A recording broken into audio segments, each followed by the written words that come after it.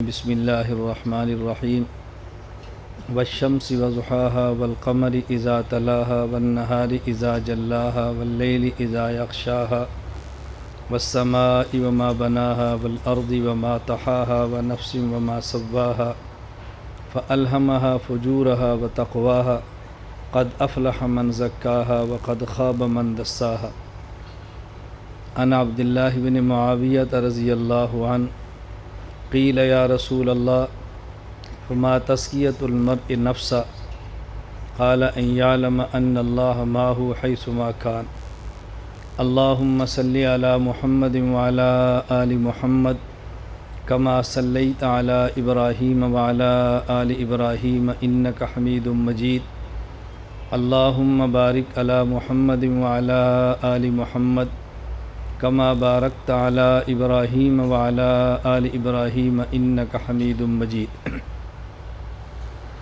اللہ رب العزت نے قیامت تک کے آنے والے انسانوں کے لیے حضور اکرم صلی اللہ علیہ وسلم کو نبی، رسول اور ہادی بنا کر بھیجا ہے۔ اللہ رب العزت نے حضور اکرم صلی اللہ علیہ وسلم پر دروازے نبوت کو بند فرما دیا ہے۔ اب قیامت تک کوئی نبی پیدا نہیں ہوگا اور قیامت تک کوئی نیا نبی نہیں آئے گا، لیکن جو کار نبوت ہے وہ اللہ نے قیامت تک باقی رکھنا ہے۔ نبی نہ ہو اور نبی کا کام ہو تو نبی کا کام کون کرے گا قیامت تک کے لیے؟ اللہ رب العزت نے اپنے پیغمبر حضرت محمد صلی اللہ علیہ وسلم کو قرآن کریم بھی عطا فرمایا ہے، احادیث مبارکہ بھی عطا فرمائی ہیں، اور رسول اکرم صلی اللہ علیہ وسلم سے قرآن کریم اور احادیث لینے والے اور سمجھنے والے افراد صحابہ کرام رضی اللہ عنہم مجمعین بھی عطا فرمائے ہیں۔ صحابہ کرام رضی اللہ عنہم مجمعین نے نبی کریم صلی اللہ علیہ وسلم سے قرآن کریم اور احادیث مبارکہ کے الفاظ بھی لیے ہیں، قرآن کریم احادیث مبارکہ کے معنی بھی سمجھے ہیں، مطالب بھی سمجھے ہیں، مفاہیم بھی سمجھے ہیں، اور حضور اکرم صلی اللہ علیہ وسلم کی منشا اور مزاج کو بھی سمجھا ہے۔ بسا اوقات ایک آدمی اپنے بڑے کے الفاظ کو یاد کر لیتا ہے، الفاظ کو سمجھ لیتا ہے، لیکن اپنے بڑے کی منشا نہیں سمجھتا، اپنے بڑے کا مزاج نہیں سمجھتا، تو اس سے اصل جو مطلب ہے وہ نہ خود سمجھ سکتا ہے نہ آگے کسی کو سمجھا سکتا ہے۔ تو صحابہ کرام رضی اللہ عنہم مجمعین نے رسول اکرم صلی اللہ علیہ وسلم سے قرآن کریم بھی سمجھا ہے، احادیث مبارکہ بھی سمجھی ہیں، اور آپ کے منشا اور مزاج کو سمجھا ہے کہ آپ کیا چاہتے ہیں۔ کسی چھوٹے کی بہت بڑی سعادت ہوتی ہے وہ اپنے بڑے کی منشا سمجھے، اپنے بڑے کا مزاج سمجھے۔ منشا اور مزاج تب تک سمجھ نہیں آتا جب تک آدمی اس بڑے کی صحبت میں نہ رہے، اس کے احوال کو آنکھوں سے نہ دیکھے، اس کے قریب رہ کر اس کی زندگی نہ پڑے۔ صحابہ کرام رضی اللہ عنہم مجمعین میں سب سے ممتاز صحابی حضرت ابو بکر صدیق رضی اللہ تعالی عنہ ہیں۔ حضرت صدیق اکبر رضی اللہ عنہ کا مقام صحابہ کرام میں سے سب سے بلند و بالا ہے، اور حضرت صدیق اکبر رضی اللہ تعالی عنہ کے اس مقام کے بلند ہونے کی بنیادی وجہ وہ صدیق اکبر رضی اللہ تعالی عنہ کا حضور اکرم صلی اللہ علیہ وسلم کی صحبت میں رہنا اور آپ کے منشا اور آپ کے مزاج کو سمجھنا ہے۔ جس قدر صدیق رضی اللہ عنہ رسول اکرم صلی اللہ علیہ وسلم کے منشا اور مزاج کو سمجھے ہیں، اس قدر شاید کوئی اور سمجھا ہو۔ سمجھے تو سب تھے، لیکن صدیق اکبر رضی اللہ عنہ نے سمجھا ہے۔ اور مزاج نبوت صدیق کو سمجھ کب آیا ہے؟ جب صدیق اکبر نے خود کو نبوت کی ذات میں فنا کیا ہے۔ حضرت صدیق اکبر رضی اللہ تعالیٰ عنہ نے نبی کریم صلی اللہ علیہ وسلم کی خدمت میں حاضری دی ہے، اور جب آئے ہیں تو یوں نہیں آئے جیسے ہم آتے ہیں۔ صدیق اکبر رضی اللہ عنہ آئے ہیں تو خود کو فنا کیا ہے، اور فنا ایسے کیا ہے میری جان بھی آپ بھی، میرا مال بھی آپ کا، میرا گھر بھی آپ کا، میرا سب کچھ آپ کا ہے۔ پھر صدیق اکبر رضی اللہ تعالیٰ عنہ دنیا میں ایسے چمکے ہیں کہ اس کی مثال انبیاء کے بعد کسی اور شخص کا نام لے کر سمجھانی بہت مشکل ہے۔ تو صحابہ کرام رضی اللہ عنہ مجمعین نے رسول اکرم صلی اللہ علیہ وسلم کی منشا اور مزاج کو سمجھا ہے۔ نبی کریم صلی اللہ علیہ وسلم کے دین پیغمبر صلی اللہ علیہ وسلم کی منشا کے مطابق پوری دنیا میں لے جا کر پھیلانے والے یہ صحابہ کرام رضی اللہ عنہ مجمعین ہیں۔ میں درمیان میں باتیں سمجھاتا رہتا ہوں مسلک کے حوالے سے، اس کو آپ سمجھتے رہنا۔ صحابہ کرام رضی اللہ عنہ مجمعین جہاں گئے ہیں الفاظ بھی لے کر گئے ہیں، اور قرآن کریم اور حدیث مبارک کے معنی کو لے کر بھی گئے ہیں۔ قرآن کریم اور حدیث مبارک کے الفاظ کو نقل کریں، اس کو کہتے ہیں روایت، اور قرآن کریم اور حدیث مبارک کا معنی آگے نقل کریں، اسے کہتے ہیں درایت۔ ایک ہے اس لفظ کا معنی کیا ہے، ایک ہے لفظ کیا ہے۔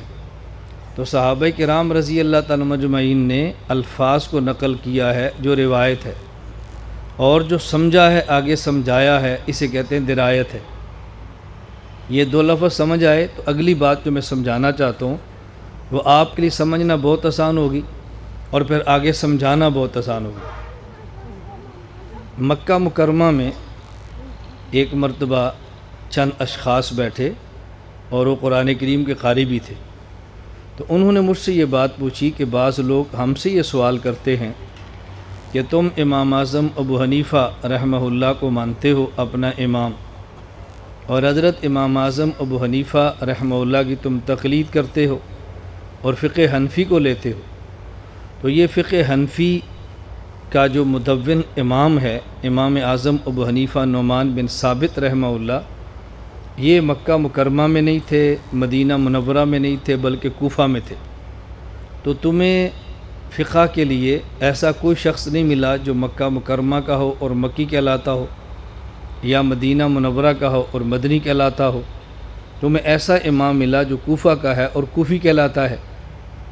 میں نے ان سے عرض کیا کہ حرمین میں جو قرآن کریم پڑھا جا رہا ہے، اس قرآن کریم کی جو قراءت ہے سب عشرہ میں سے، یہ قراءت کون سی ہے؟ انہوں نے کہا یہ قراءت کوفی ہے۔ میں نے کہا جس راوی نے یہ روایت دی ہے وہ کہاں کا ہے؟ کہتا ہے جی کوفی ہے۔ میں نے ان سے پوچھا مکہ مکرمہ میں رہتے ہوئے تمہیں ایسا کوئی قاری نہیں ملا کہ جو مکی ہو اور اس کی قراءت حرم میں پڑھ لی جاتی؟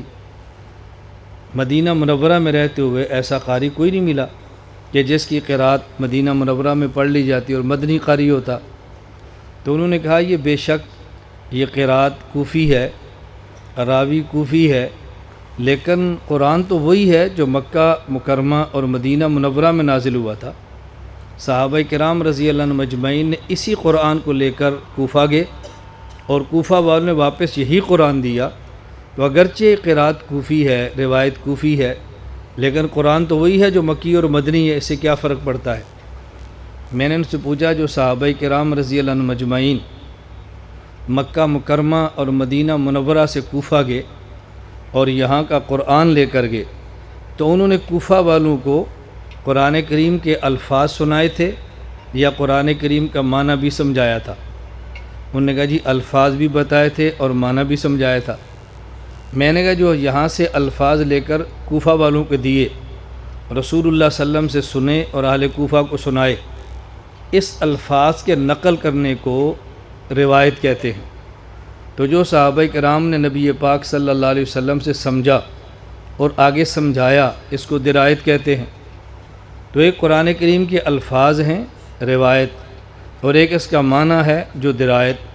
تو جو صحابہ کرام نے اہل کوفہ کو معنی سمجھایا تھا اسے کہتے ہیں درایت، اسے کہتے ہیں درایت۔ امام اعظم ابو حنیفہ رحمۃ اللہ علیہ صحابہ کرام کے شاگردوں میں سے ہیں، تو اگر قرآن اور حدیث پاک کے الفاظ صحابہ سے لے رہے ہیں تو قرآن کریم حدیث پاک کا معنی بھی صحابہ کرام سے لے رہے ہیں۔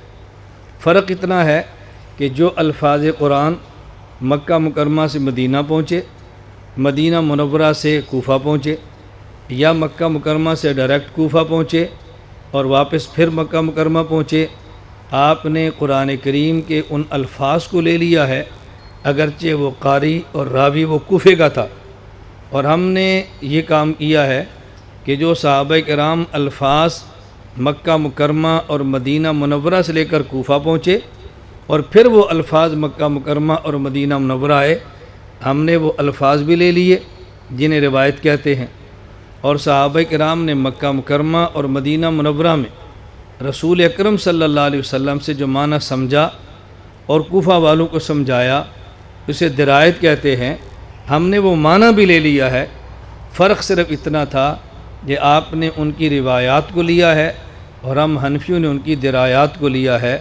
ہم کوفی روایت بھی مانتے ہیں اور کوفی درایت بھی مانتے ہیں، اور اسی درایت کا نام فقہ ہوتا ہے، اس لیے ہمارے اوپر اعتراض کی کوئی گنجائش نہیں ہے۔ اب یہ بات آپ کو سمجھ آ جائے تو آگے سمجھانی کتنی آسان ہے، یہ مطلب سمجھ آ جائے تو آگے منتقل کرنا کتنا آسان ہے۔ تو میں یہ عرض کر رہا تھا کہ صحابہ کرام رضی اللہ عنہ مجمعین نے نبی کریم صلی اللہ علیہ وسلم سے الفاظ بھی لیے ہیں، آپ سے معانی بھی لیے ہیں، اور آپ نے نبی کریم صلی اللہ علیہ وسلم کی مبارک منشا کو بھی سمجھا ہے کہ اس موقع پر حضور اکرم صلی اللہ علیہ وسلم کے یہ ارشاد فرمانے کی وجہ کیا ہے اور آپ کا مزاج اور آپ کی منشا کیا ہے۔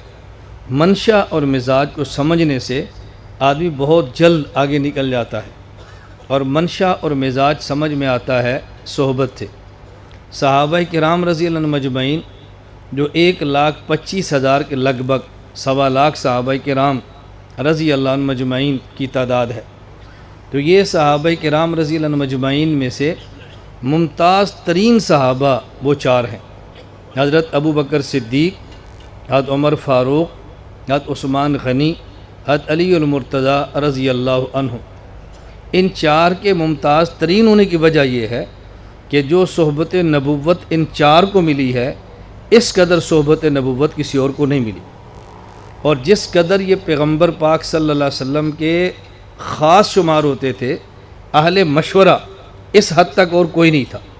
نبی کریم صلی اللہ علیہ وسلم کے تقریباً ہر مشورے کے شریک ابو بکر ہیں، آگے بڑھے تو عمر ہیں، آگے بڑھے تو پھر عثمان ہیں، آگے بڑھے تو علی المرتضیٰ ہے رضی اللہ عنہ اجمعین۔ یہ 4 رسول اکرم صلی اللہ علیہ وسلم کے لائق ترین، معتمد ترین اور قریب ترین قسم کے اشخاص تھے۔ جو مقام ان کا ہے وہ کسی اور کا نہیں ہے، اور رسول اکرم صلی اللہ علیہ وسلم نے انہی کے بارے میں ارشاد فرمایا۔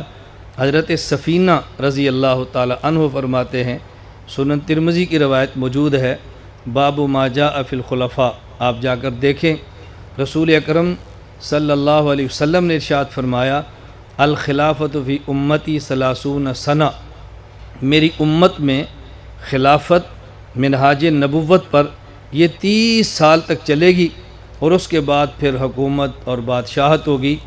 یہ 4 خلفاء وہ ہیں کہ جن کی مدت خلافت آپ ملائیں تو 30 سال بنتی ہے۔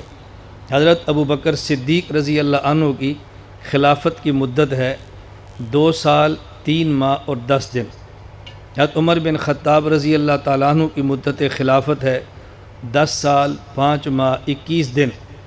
حضرت عثمان بن عفان رضی اللہ تعالیٰ عنہ کی خلافت کی مدت ہے 12 سال اور 11 دن۔ حضرت علی المرتضیٰ رضی اللہ عنہ کی مدت خلافت ہے 4 سال اور 9 ماہ۔ آپ ان سب کو ملائیں گے تو یہ بنے گی 29 سال 6 ماہ 12 دن۔ حضرت حسن بن علی رضی اللہ تعالیٰ عنہ کی خلافت کی مدت ہے 6 ماہ اور کچھ دن۔ جب آپ ان کو ملائیں گے تو یہ بنے گی 30 سال اور 12 دن۔ یہاں کہ آپ نے مسئلہ بہت اچھی طرح سمجھنا ہے۔ رسول اکرم صلی اللہ علیہ وسلم نے فرمایا، الخلافت فی امتی 30 سنہ، میری امت میں خلافت منہاج نبوت پر یہ 30 سال تک چلے گی۔ اب وہ 30 سال کا جو زمانہ خلافت ہے، اسے کہتے ہیں دور خلافت راشدہ۔ یہ خلافت راشدہ کا دور ہے۔ قرآن کریم میں اللہ رب العزت نے فرمایا، وعد اللہ الذین آمنوا منکم وعملوا الصالحات لیستخلفنہم فی الارض، کہ میں اللہ نے تم سے خلافت کا وعدہ کیا ہے کہ میں تمہیں خلافت عطا کروں گا۔ یہ جو منکم کا اس آیت استخلاف میں خطاب ہے، اس کے مخاطب یہی صحابہ کرام ہیں جو اس وقت تک ایمان لا چکے تھے اور مکہ مکرمہ سے ہجرت فرما کے مدینہ منورہ آ چکے تھے۔ ان میں جو خلافت بنتی ہے وہ 4 صحابہ کرام ہیں، حضرت ابو بکر، حضرت عمر، حضرت عثمان، حضرت علی رضی اللہ تعالی عنہم اجمعین۔ ان کی خلافت کے 30 سال اور کچھ ماہ، 29 سال کچھ ماہ اور کچھ دن بنتے ہیں۔ ہمارے جمہور اہل السنت والجماعت کا موقف یہ ہے کہ جب کہا جائے خلفائے راشدین، یہ شریعت کی خاص اصطلاح ہے اور اس سے یہ 4 صحابہ کرام رضی اللہ عنہم اجمعین مراد ہوتے ہیں۔ یہ ہمارا جمہور اہل السنت والجماعت کا موقف ہے۔ بعض حضرات نے الگ موقف اختیار کیا ہے کہ اس خلافت راشدہ اور خلفائے راشدین میں حضرت حسن بھی شامل ہیں، حضرت عبداللہ بن زبیر بھی شامل ہیں اور حضرت امیر معاویہ رضی اللہ عنہم بھی شامل ہیں۔ جب آپ سطحی نظر میں ان کی دلیل دیکھیں گے تو آپ سمجھیں گے کہ ان کا موقف بہت قوی اور بہت مضبوط ہے۔ سطحی نظر میں ان کی بنیاد کیا ہے؟ وہ کہتے ہیں تب حضرت حسن رضی اللہ تعالیٰ عنہ یہ بھی 6 سال 6 ماہ تک خلیفہ رہے ہیں۔ حضرت عبداللہ بن زبیر بھی کچھ عرصہ تک مکہ مکرمہ میں خلیفہ رہے ہیں۔ حضرت امیر معاویہ رضی اللہ عنہ کی خلافت کی مدت تو کئی سالوں پر محیط ہے۔ تو یہ 3 صحابہ کرام بھی ہیں، خلفاء بھی ہیں، اور قرآن کریم نے تمام صحابہ کو فرمایا اولئک هم الراشدون، یہ راشد بھی ہیں، خلیفہ بھی ہیں، راشد بھی ہیں، لہٰذا ان کی خلافت راشدہ ہے اور یہ باقی 4 کی طرح خلفاء راشدین میں شامل ہیں۔ تو ان کو آپ خلفاء نہ مانیں یہ بھی نہیں ہو سکتا، آپ راشد نہ مانیں یہ بھی نہیں ہو سکتا، لہذا یہ تینوں ان 4 کے ساتھ ملائیں تو 7 خلفاء راشدین بنتے ہیں۔ اب یہ بظاہر اتنی مضبوط دلیل ہے کہ بندہ سمجھتا ہے ان کا موقف بہت عمدہ ہے اور بات ان کی ٹھیک ہے۔ میں اس لیے ایک بات عرض کرتا ہوں، اس کو بہت اچھی طرح سمجھ لیں۔ ہمارے اکابر، ہمارے بڑے اور جمہور کا موقف اگر آپ کے سامنے آئے اور ان کے موقف کے خلاف اگر کوئی دلیل آپ کے سامنے آئے، اس دلیل کو دیکھ کر اپنے اکابر کا موقف نہ چھوڑنا۔ ہاں، کسی اہل علم سے جس کو اس موضوع پر مہارت ہو اس سے رجوع کرنا کہ ہمارے اکابر کا موقف تو یہ ہے اور ان کے خلاف دلیل یہ ہے، تو کیا ہمارے اکابر کا موقف غلط ہے یا اس دلیل کا مطلب کچھ اور ہے؟ جب آپ اس کی وضاحت مانگیں گے اور دلیل اور اکابر کے موقف سمجھانے والے سے سمجھیں گے تو آپ اس بات کو تسلیم فرمائیں گے کہ ہمارے اکابر کا موقف قرآن کریم اور احادیث مبارکہ یہ شرعی دلائل کے قطعاً خلاف نہیں ہے۔ یہ ہمیشہ اپنا ذہن بنا لیں، کبھی الجھن نہیں ہوگی۔ اس میں درمیان میں بات آ گئی تو میں ایک مسئلہ اور عرض کر دوں، اس کو اچھی طرح سمجھ لیں۔ ہمارے ہاں ایک بہت بڑا اعتراض احناف پر کیا جاتا ہے، بہت بڑا۔ وہ اعتراض کیا ہے؟ وہ کہتے ہیں تمہاری ایک اصول کی کتاب ہے، اصول سرخسی، نہ اصول کرخی ایک کتاب ہے، اور اس میں لکھا گیا ہے اگر امام اعظم ابو حنیفہ رحمۃ اللہ علیہ کا مسئلہ ہو، ان کے مسئلے کے خلاف اگر کوئی حدیث آ جائے تو یا حدیث منسوخ ہوگی، یا حدیث مرجوح ہوگی، یا حدیث مؤول ہوگی۔ منسوخ کا معنی کہ یہ حدیث پہلے دور کی ہے اور اب اس پر عمل منسوخ ہو گیا، ختم ہو گیا، یا یہ حدیث مؤول ہے۔ مؤول کا معنی کہ اس کا ظاہری معنی نہیں ہے بلکہ اس کا معنی ہم نے کوئی اور لیا ہے تعویل کر کے، اور یا یہ حدیث مرجوح ہے۔ مرجوح کا معنی کہ بس اوقات ایک مسئلے پر 2 حدیثیں ہوتی ہیں، ایک زیادہ قوی اسے راجح کہتے ہیں اور ایک کسی وجہ سے کمزور اسے مرجوح کہتے ہیں۔ تو لوگ کہتے ہیں تم عجیب بات ہے کہ جب امام تمہارے کا قول اور مسئلہ آ جائے اور حدیث کے مقابلے میں آ جائے تو تم امام کا قول نہیں چھوڑتے، کبھی حدیث کو منسوخ کہتے ہو، کبھی مؤول کہتے ہو، کبھی مرجوح کہتے ہو۔ بھئی سب سے بڑی بات ہے کہ حدیث کو لے لو اور امام کا قول چھوڑ دو۔ تم نے امام کا قول نہیں چھوڑا، حدیثوں کو تم نے ٹھکرانا الیاذ باللہ شروع کر دیا ہے۔ اس کا جواب اچھی طرح سمجھیں۔ ہم یہ بات کہتے ہیں کہ جب امام ابو حنیفہ رحمہ اللہ کے قول، ان کا فتویٰ، ان کے مسئلے کے خلاف اگر ہمیں کوئی حدیث نظر آتی ہے جو بظاہر خلاف ہے، وہ خلاف نہیں ہوتی۔ اس کا مطلب یہ ہے ایک ایسی حدیث موجود ہے جس پر امام ابو حنیفہ جس کی بنیاد پہ فتویٰ دے رہے ہیں، اور اس کے مقابلے میں یہ حدیث ہے، یہ منسوخ ہے اور وہ ناسخ ان کے پاس ہے، ہمارے پاس ناسخ حدیث نہیں ہے، لیکن امام صاحب کو پتہ تھا کہ یہ حدیث ناسخ ہے اور یہ منسوخ ہے۔ یا دو حدیثیں ہیں، ایک راجح ہے اور ایک مرجوح ہے۔ امام ابو حنیفہ نے راجح کے مطابق فتویٰ دیا ہے اور تمہیں مرجوح ملی ہے۔ جس راجح کے مطابق فتویٰ دیا وہ تمہارے علم میں نہیں ہے۔ حضرت امام صاحب نے ایک حدیث پیش کی ہے، ایک مسئلہ، اس کا ایک ظاہری معنی ہے اور ایک وہ معنی جو ظاہری نہیں ہے، ظاہری معنی کو چھوڑ کر دوسرے معنی کو لیا، اس پر امام ابو حنیفہ رحمۃ اللہ علیہ کے پاس دلائل موجود تھے۔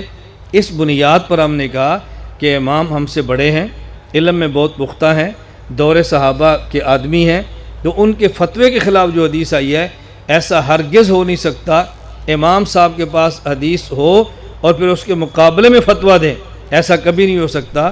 تو ہم نے امام صاحب کے فتوے کو لے کر حدیث کو نہیں چھوڑا، ہاں ایک دوسری حدیث کو لیا ہے جو راجح ہے، جو ناسخ ہے اور جو مؤول نہیں، یا اس حدیث کو لیا، اس حدیث میں تعویل کی، ظاہری معنی چھوڑا اور باطنی معنی لیا۔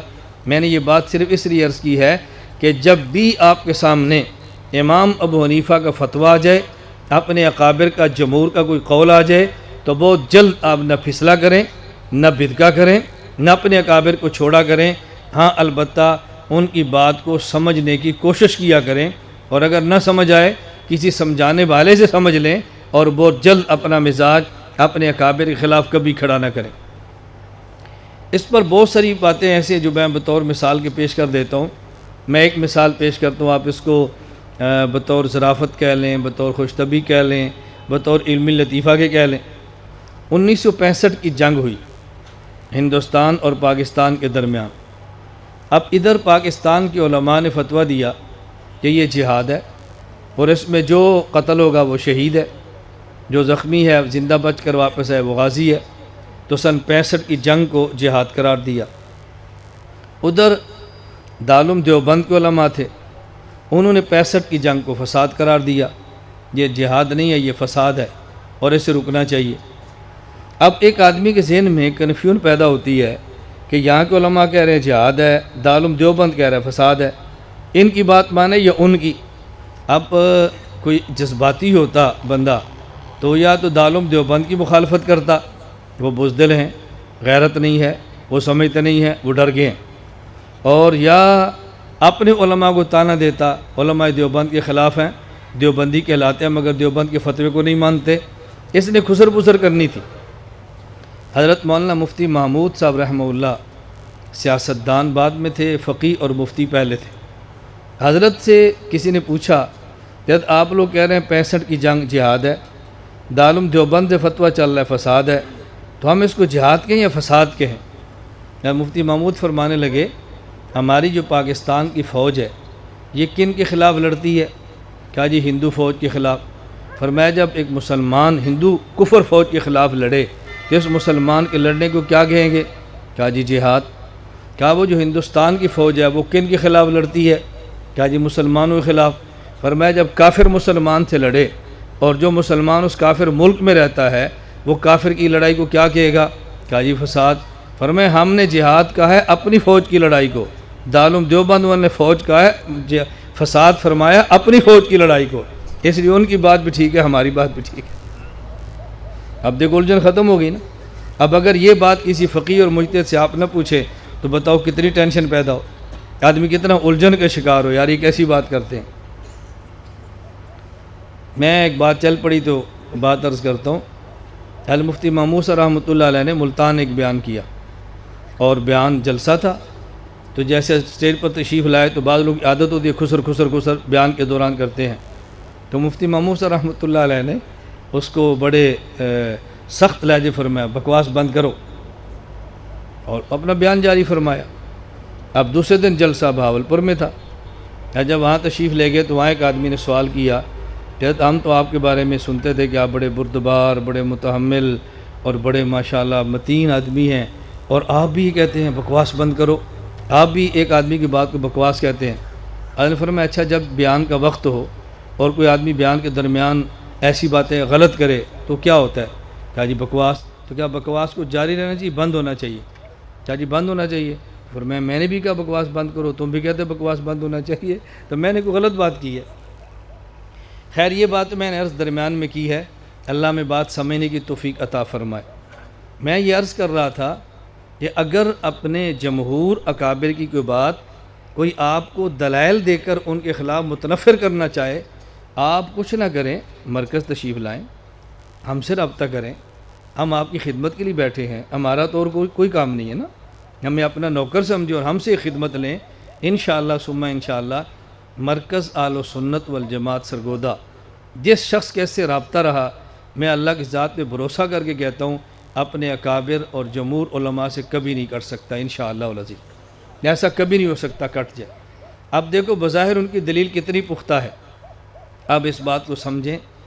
ہمارے اکابر جو کہتے ہیں خلفائے راشدین اور خلافت راشدہ، اس کا مطلب ہوتا ہے خلافت راشدہ موعودہ فی القرآن، وہ خلافت جس کا وعدہ صحابہ کرام سے قرآن کریم میں کیا ہے، وہ خلافت ان 4 خلفاء پر ختم ہے، وہ خلافت ان 4 خلفاء پر ختم ہے۔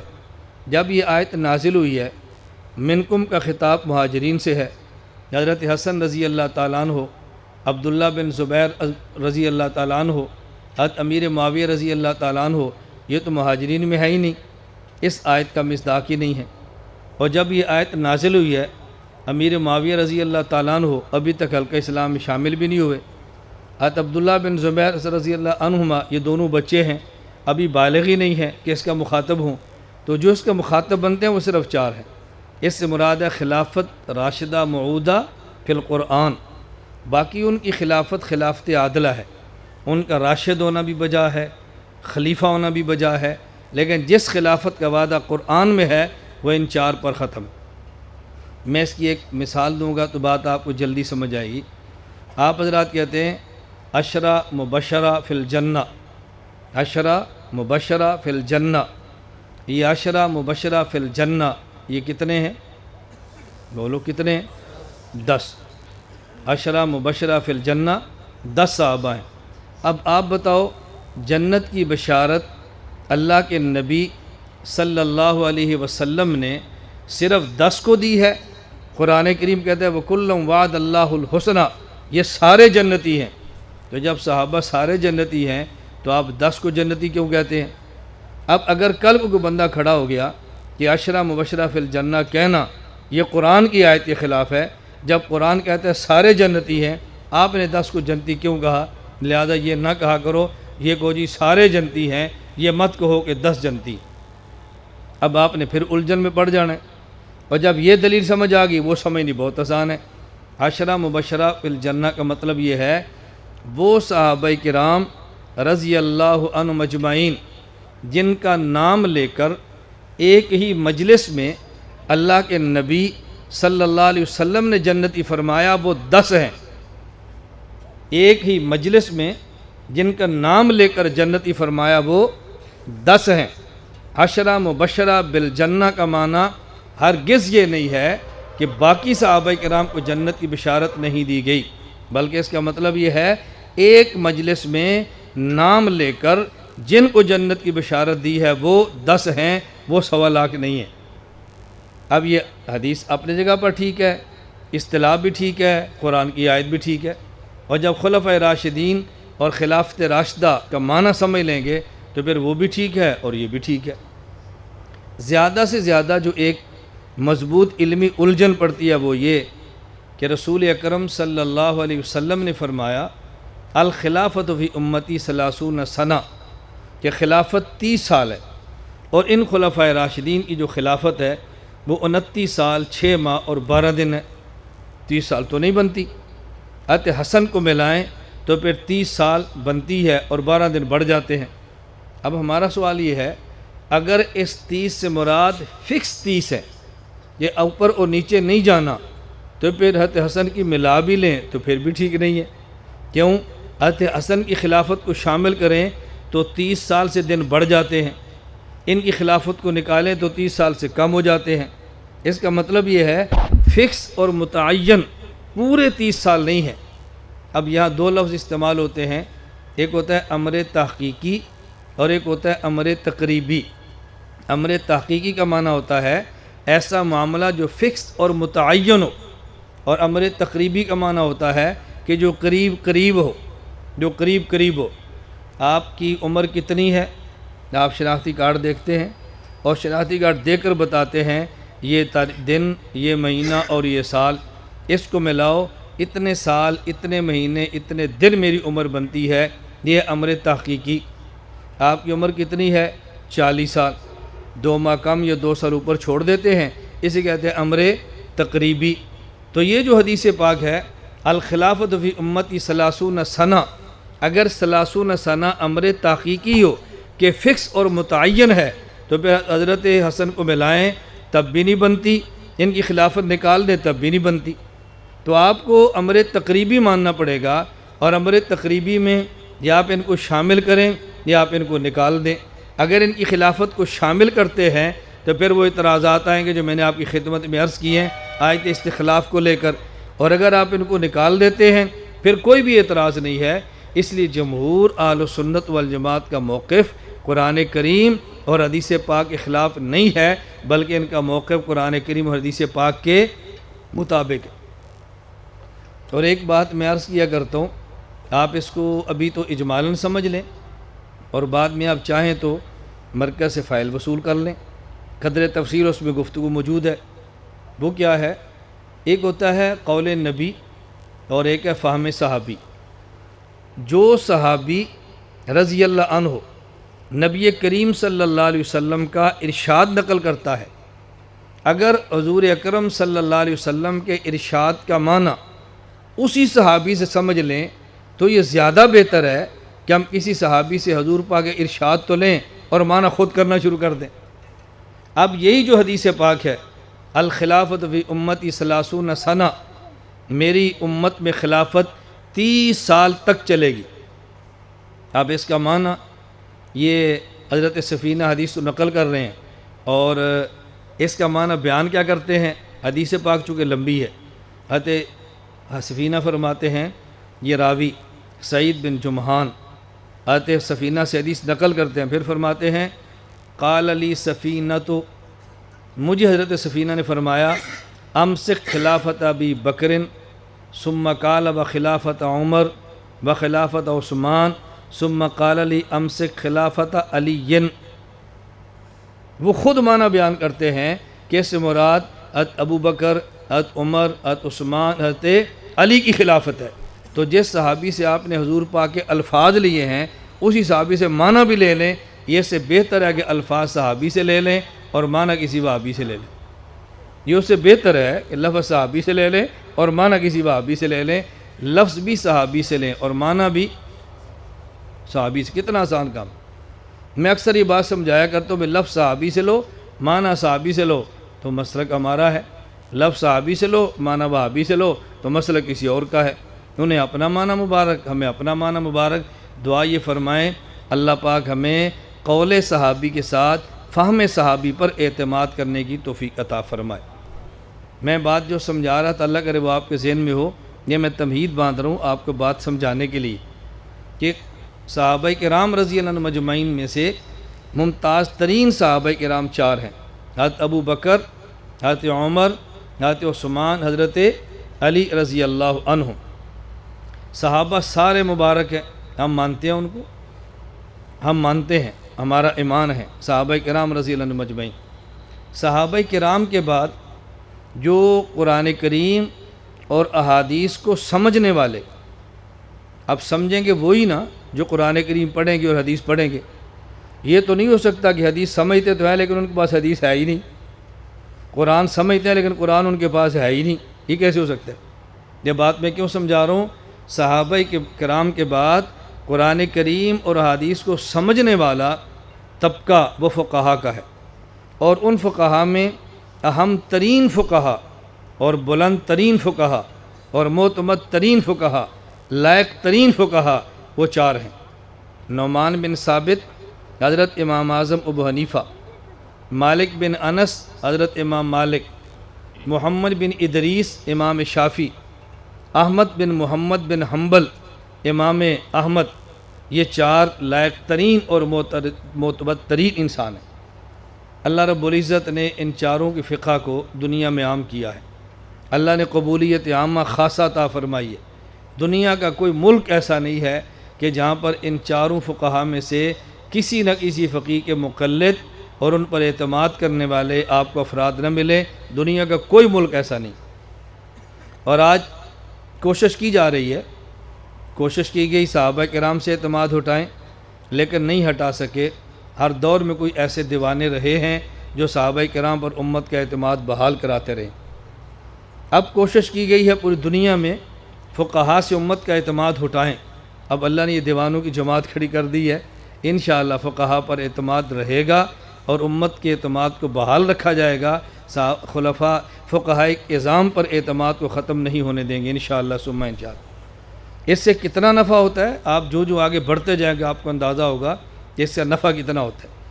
ان فقہاء کرام میں سے سب سے بڑے امام، سب سے معتمد ترین امام وہ ہے حضرت امام اعظم نعمان بن ثابت ابو حنیفہ رحمہ اللہ تعالی۔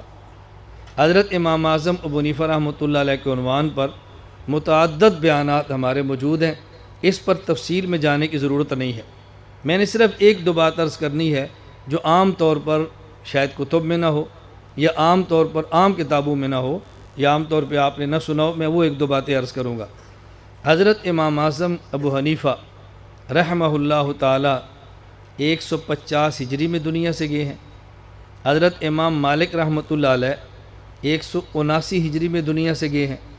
حضرت امام شافعی رحمہ اللہ 204 ہجری میں دنیا سے گئے ہیں، اور حضرت امام احمد بن حنبل رحمہ اللہ 241 ہجری میں دنیا سے گئے ہیں۔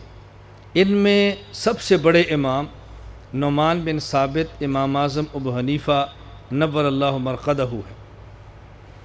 ان کے بڑے ہونے کی کئی وجہ ہیں، جو میں عرض کرتا ہوں آپ اس کو ذرا پلے باندھیں۔ حضرت رسول اکرم صلی اللہ علیہ وسلم پہ جب قرآن کریم کی آیت نازل ہوئی ہے، والذی بعث فی الامیین رسولا منہم یتلو علیہم آیاتہ ویزکیہم ویعلمہم الکتاب والحکمہ وإن کانوا من قبل لفی ضلال مبین وآخرین منہم لما یلحقوا بہم، کہ اللہ نے اپنے حبیب صلی اللہ علیہ وسلم کو نبی بنا کر بھیجا، کن میں؟ امیین میں، اس سے مراد عرب۔ آگے فرمایا وآخرین، اور بعد والوں میں۔ یہ بعد والے کون ہیں؟ جب یہ آیت نازل ہوئی ہے، صحابہ کرام رضی اللہ عنہم مجمعین نے حضور اکرم صلی اللہ علیہ وسلم سے پوچھا کہ یا رسول اللہ یہ کن کے بارے میں ہے؟ ایک روایت میں آتا ہے سلمان فارسی رضی اللہ عنہ کے کندھے پر آپ نے ہاتھ رکھا اور آپ نے فرمایا لو کان العلم عند الثریہ، بعض روایات میں لو کان الایمان عند الثریہ، بعض روایات میں لو کان الدین عند الثریہ، اگلے بھی الفاظ مختلف ہیں۔ لنالہ رجل من اہل فارس، رجال من اہل فارس۔ اللہ کے رسول صلی اللہ علیہ وسلم فرمایا اگر علم، اگر دین اور اگر ایمان یہ ثریہ ستارے پر بھی پہنچ جائے تو اللہ فارس میں سے ایسا فرد پیدا کرے گا جو وہاں سے جا کر علم لے گا، وہاں سے لے کر دین لے گا اور وہاں جا کر ایمان لے گا۔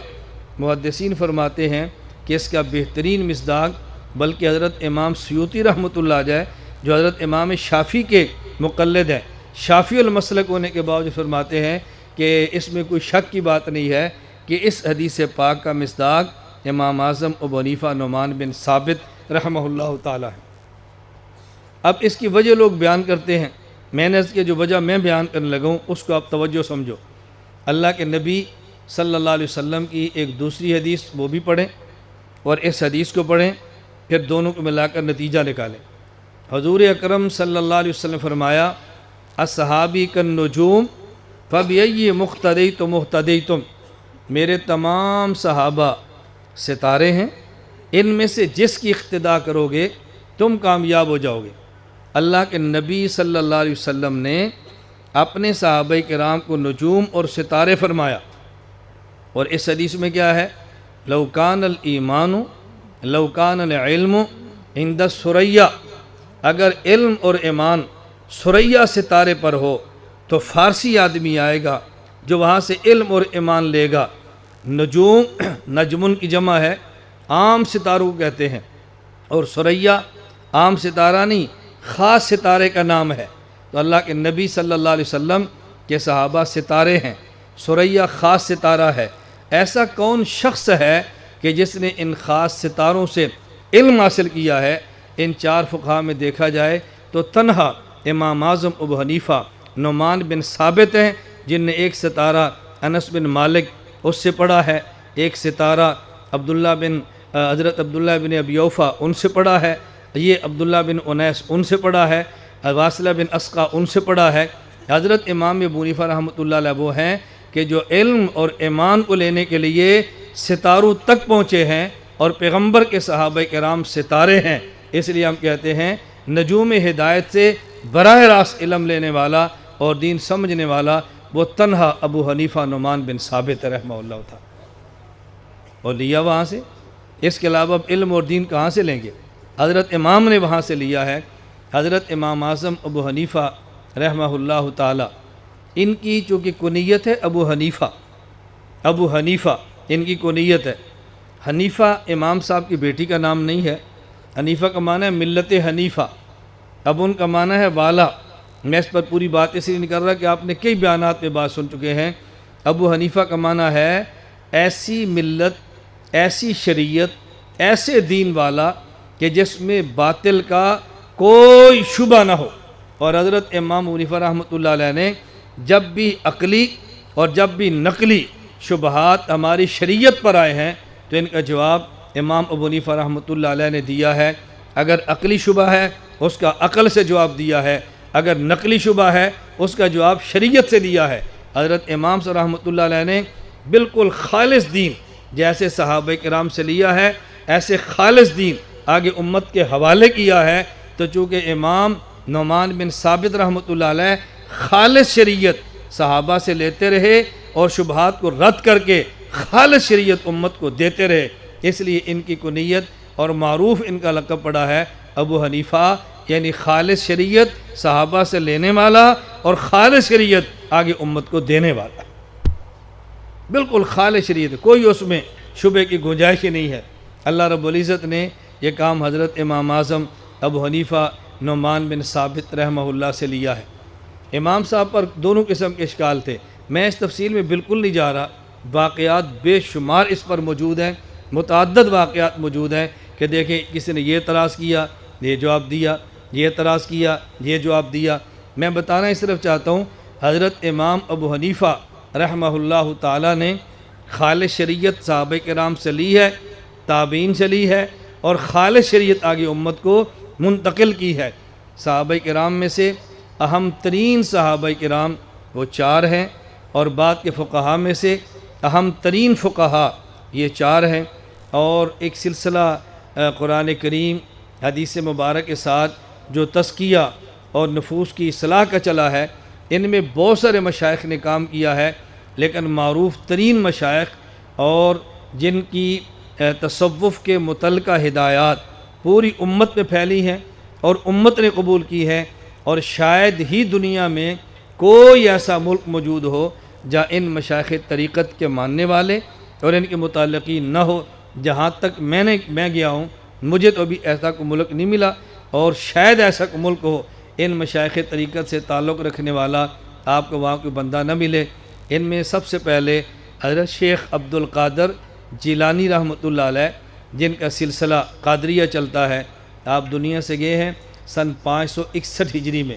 نمبر 2 حضرت خواجہ معین الدین اجمیری چشتی رحمۃ اللہ علیہ، جن سے سلسلہ چشتیہ دنیا میں متعارف ہوا ہے، یہ دنیا سے رخصت ہوئے ہیں سن 633 ہجری میں۔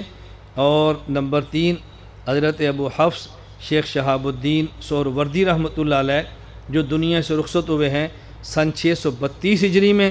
نمبر 4 حضرت خواجہ بہاء الدین نقشبند رحمہ اللہ تعالی، جو دنیا سے گئے ہیں 791 ہجری میں۔ میں یہ بات اس لیے کہہ رہا ہوں، صحابہ کرام میں سے 4 صحابہ کرام ممتاز ہیں، فقہا میں سے 4 فقہا ممتاز ہیں، اور سلسلہ طریقت کو چلانے والے اشخاص میں سے یہ 4 اشخاص وہ ہیں جو ممتاز ترین ہیں۔ آج دنیا کا کوئی ملک ایسا نہیں ہے کہ جو ان سے خالی ہو۔ آپ نسبتیں دیکھیں، کسی بندے کی نسبت آپ کو صدیقی نظر آئے گی، کسی کی عثمانی نظر آئے گی، کسی کی فاروقی نظر آئے گی، کسی کی علوی نظر آئے گی۔ فقہ کو دیکھیں تو کسی کی نسبت آپ کو یہ قادری نظر آئے گی، کسی کی چشتی نظر آئے گی، کسی کی سہروردی نظر آئے گی، اور کسی کی نسبت نقشبندی نظر آئے گی۔ یہ دنیا میں آپ دیکھیں، فقہا کو دیکھیں، کسی کی نسبت حنفی ہے، کسی کی مالکی ہے، کسی کی شافعی ہے، اور کسی کی حنبلی ہے۔ سلاسل طریقت میں سے کوئی قادری ہے، کوئی چشتی ہے، کوئی سہروردی ہے، اور کوئی ان نسبتوں میں سے نقشبندی نسبت کا حامل ہے۔ میں یہ بات اس لیے کہہ رہا ہوں، ان میں کوئی ٹکراؤ نہیں ہے، ان میں کوئی تعارض نہیں ہے، ان میں کوئی الجھن نہیں ہے۔ فرق صرف اتنا ہے، جس طرح ایک آیت کا مطلب سمجھنے میں دو فقی الگ ذوق رکھتے ہیں، اسی طرح امت کی تربیت کرنے میں دو شیخ طریقت الگ ذوق رکھتے ہیں۔ اسی ذوق کے مطابق امت کی اصلاح قرآن کریم، حدیث مبارکہ اور سنت کے مطابق کرتے ہیں، تو ان سے تربیت حاصل کرنے والے نسبتیں ان کی طرف کرتے ہیں۔ اس کا معنی ہرگز یہ نہیں ہے کہ یہ حضور پاک صلی اللہ علیہ وسلم کے دین سے الگ ہو گئے ہیں۔ میں سمجھانے کے لیے ایک آپ کو مثال دے دیتا ہوں، مسئلہ بھی حل ہو، مسئلہ کی بات بھی ہو، اور آپ کو کوئی پوچھے آپ جواب دینا چاہیں تو جواب بھی دے سکیں۔ میں کئی بار آپ کی خدمت میں عرض کر چکا ہوں، ہم نماز پڑھتے ہیں اور پوچھے بھئی تمہاری نماز کیا ہے، ہم کہتے ہیں جی ہماری نماز حنفی ہے۔ آپ کے مد مقابل ایک شخص آئے گا، بھئی ہم نماز پڑھتے ہیں اور ہماری نماز محمدی ہے، تو وہ ایک آدمی کو پکڑ کر کہے گا دیکھو کلمہ حضرت محمد کا پڑھا ہے صلی اللہ علیہ وسلم، یا کلمہ آپ نے ابو حنیفہ کا پڑھا ہے؟ وہ کہے گا جی میں نے تو کلمہ حضرت محمد صلی اللہ علیہ وسلم کا پڑھا ہے۔ کہا جب حضرت محمد کا کلمہ پڑھا ہے تو پھر تمہاری نماز محمدی ہونی چاہیے۔ کلمہ حضرت محمد کا پڑھا ہے اور نماز تمہاری حنفی ہے، کیا تو محمد صلی اللہ علیہ وسلم کوئی نماز لے کر نہیں دے گے؟ کیا نماز ابو حنیفہ نے دی ہے؟ اور جب ابو حنیفہ نہیں تھے تو صحابہ کرام نمازیں کیسے پڑھتے تھے؟ اس وقت نماز محمدی تھی یا نماز حنفی ہوتی تھی؟ اب اس الجھن میں لوگ مبتلا ہوتے ہیں، اور میں بارہا کہتا ہوں الجھن آئے آپ مرکز سے رابطہ کرو، اشکال آئے آپ مرکز سے رابطہ کرو۔ آپ نے گھبرانا نہیں ہے، اپنے مسلک پر ڈرنا نہیں ہے۔ دلیل کی دنیا میں انشاءاللہ آپ کبھی بھی ناکام نہیں ہوں گے، آپ الجھن کے اندر کبھی مبتلا نہ ہوں۔ تو میں کہتا ہوں آپ ان سے پوچھو کہ جب ایک شخص حدیث پاک آپ کو سنائے اور وہ کہتا ہے یہ حدیث بخاری کی ہے، یہ حدیث مسلم کی ہے، یہ حدیث ترمذی کی ہے، آپ ان سے پوچھو بھئی آپ نے بخاری کا کلمہ پڑھا ہے، یہ حضرت محمد صلی اللہ علیہ وسلم کا پڑھا ہے؟ وہ کہ حضرت محمد صلی اللہ علیہ وسلم کا، تو اسے پوچھو جب امام بخاری نہیں تھے تو تب حدیثیں نہیں تھی، تم یہ کیوں نہیں کہتے یہ حدیث رسول اللہ کی ہے؟ تم کیوں کہتے ہو یہ حدیث صحیح بخاری کی ہے؟ کیوں کہتے ہو حدیث مسلم کی ہے؟ وہ آپ کو جواب دے گا کہ احادیث تو پہلے بھی تھیں، لیکن میں جب کہتا ہوں حدیث بخاری کی ہے، میرا مطلب یہ نہیں ہوتا یہ حدیث حضرت محمد صلی اللہ علیہ وسلم کی نہیں ہے، امام بخاری کی ہے۔ جب میں کہتا ہوں حدیث ترمذی کی ہے، میرا مطلب یہ نہیں ہوتا یہ حدیث حضرت محمد صلی اللہ علیہ وسلم کی نہیں ہے، امام ترمذی کی ہے۔ میرا مطلب یہ ہوتا ہے کہ حدیث اللہ کے نبی کی ہے، لکھی امام بخاری نے ہے، اس لیے میں کہتا ہوں حدیث بخاری کی ہے۔ حدیث اللہ کے نبی صلی اللہ علیہ وسلم کی ہے، لکھی امام مسلم نے ہے، اس لیے میں کہتا ہوں یہ حدیث مسلم کی ہے۔ لکھی حدیث رسول اکرم صلی اللہ علیہ وسلم کی ہے اور لکھی امام ترمذی نے ہے، اس لیے میں کہتا ہوں حدیث ترمذی کی ہے۔ آپ کہیں کہ نماز رسول اکرم صلی اللہ علیہ وسلم کی ہے، چونکہ لکھوائی امام ابو حنیفہ نے ہے، اس لیے ہم کہتے ہیں کہ یہ نماز حنفی ہے۔ اس کا معنی یہ نہیں ہے کہ یہ نماز ابو حنیفہ نے بنا کے دی ہے، اس کا معنی یہ ہے نماز رسول اللہ صلی اللہ علیہ وسلم کی ہے اور امام ابو حنیفہ نے ہمیں بتا کے دی ہے۔ نمازیں بنانا اور ہوتا ہے، نمازیں بتانا اور ہوتا ہے۔ ہمارے امام نے لکھوا کے دی ہے، ہمارے امام نے اور کوئی کام نہیں کیا۔ تو جب یہ باتیں آپ کے ذہن میں آئیں گی، اب الجھن حل ہو جائے گی۔ تم کون ہو؟ حنفی، اب کوئی الجھن نہیں ہے۔ تمہارا سلسلہ کون سا ہے؟ چشتی، اب کوئی الجھن نہیں ہے۔ بھائی جب چشتی نہیں تھے تو کیا صحابہ کرام کے سلسلے نہیں ہوتے تھے؟ آپ نے کہا نا ہوتے تھے، لیکن ہمیں سمجھایا خواجہ معین الدین چشتی نے ہے۔ بھائی سلسلے پہلے نہیں ہوتے تھے؟ کو جی ہوتے تھے، ہمیں سمجھایا شیخ عبد القادر جیلانی نے ہے۔